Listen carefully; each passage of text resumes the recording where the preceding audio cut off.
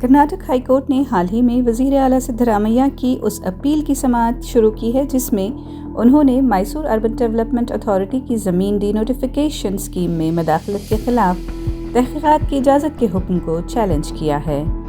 سدھرامیا کی نمائندگی کر رہے سینئر وکیل ابھیشیک منو سنگھوی نے عدالت میں دلیل دی کہ گورنر کی جانب سے تحقیقات کی منظوری پریونشن آف کرپشن ایکٹ کے تحت درکار مجاز اتھارٹی کی پیشگی منظوری کے بغیر دی گئی جو غیر قانونی ہے۔ انہوں نے یہ سوال بھی اٹھایا کہ گورنر کے اقدامات قانونی معیار پر پورے اترتے ہیں کہ نہیں، اور ریاستی کابینہ کے کردار کو نظر انداز کرنے پر بھی تشویش ظاہر کی۔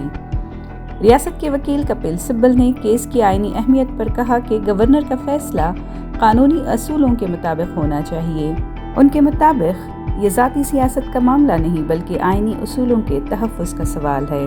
دوسری جانب سینئر وکیل دشینت دوے جو دیوراجو یعنی اصل زمین مالک کی نمائندگی کر رہے تھے نے کہا کہ ان کے موکل ایک 80 سالہ کسان کو بلا وجہ ملوث کیا جا رہا ہے اور انہیں صفائی کا موقع بھی نہیں دیا گیا۔ انہوں نے واضح کیا کہ ان کے موکل کا سیاست سے کوئی تعلق نہیں اور وہ صرف بے بنیاد الزامات سے تحفظ چاہتے ہیں۔ شکایت کنندہ سنیہا مئی کرشنا کے سینئر وکیل کے جی راگھون نے اپیل کی مخالفت کرتے ہوئے کہا کہ سنگل جج کا حکم صرف ایک نوٹس تھا اور اس میں اعلیٰ بینچ کی مداخلت ضروری نہیں۔ چیف جسٹس این وی انجاریہ کی سربراہی میں بینچ نے غیر جانبدار رہتے ہوئے کہا کہ وہ اس مرحلے پر کیس کے میرٹ پر تبصرہ نہیں کرے گا۔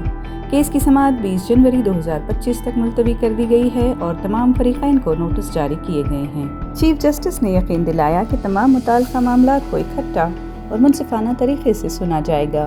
یہ کیس ان الزامات پر ہے کہ سدھرامیا کے دور حکومت میں زمین ڈی نوٹیفیکیشن سے مخصوص افراد کو غیر قانونی فائدہ پہنچایا گیا ہے۔ سدھرامیا کا دعویٰ ہے کہ ڈی نوٹیفیکیشن قانونی تھا اور تحقیقات محض سیاسی انتقام ہیں۔